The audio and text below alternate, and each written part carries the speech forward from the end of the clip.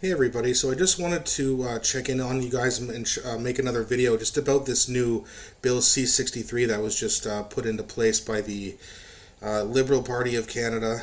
And I don't know if you guys have seen it, but I'm going to give you a little bit of the details about it. So the first part of the bill, when you look into it, it's basically there to protect children from online harm, right? Which we do need more of. That is a good part of the bill.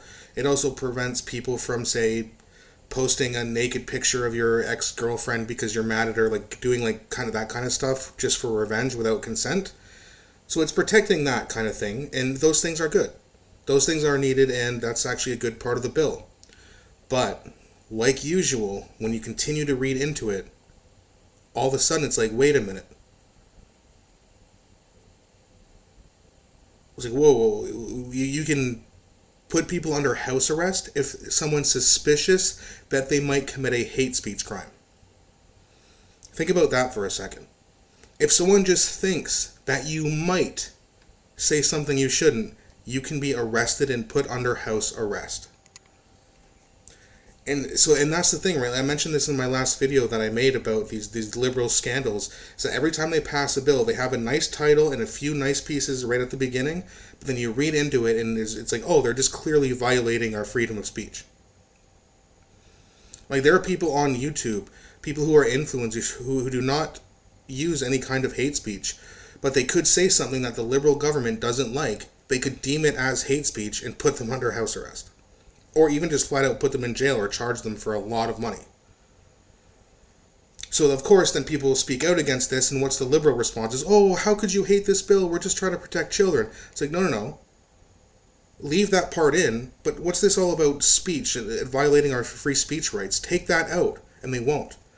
And that's what they do to get control. They pass bills that are necessary, but they put in these little nuggets where it's just a clear violation of our rights. It's just for total control. They don't want you to say anything they don't like. And it's just complete bullshit. It's a flagrant violation of our free speech rights here in Canada, which we don't even really have anymore thanks to Justin Trudeau. It's just funny how he continues, we're here to defend democracy. He's a communist wannabe. That's not democracy. He just says it because it sounds good, and it's very cliche for politicians to pretend there's a democracy here in America or here in Canada or down in the United States. There's no democracy. It's ridiculous. We all know that we need to protect kids as much as we can, and we haven't done a great job of it. And yes, we need to protect women from having naked pictures exposed. Sure, of course. But it's just typical liberal bill. You read into it a little bit, and all of a sudden it's the communism comes out, doesn't it? Apparently every time they pass a bill, it starts with a C. The C doesn't stand for Canada, it stands for communist. And it's completely crazy how they think that just because they hate something, they will define that as hate speech. Even if it's not. And even if someone gets suspicious that you might say something that may be considered hate speech, they can call the cops. So, I mean, if you're like Jordan Peterson or like a major influencer or, political commentator or, just someone the liberals don't like, you're in danger.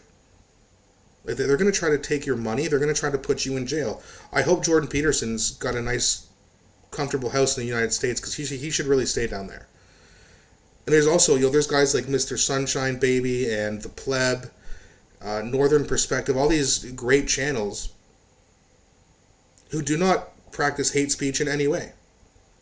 And you could see all of a sudden their accounts get banned, their income from YouTube gets taken away, they get demonetized and put under house arrest or put behind bars, or they're just hit with all these fines.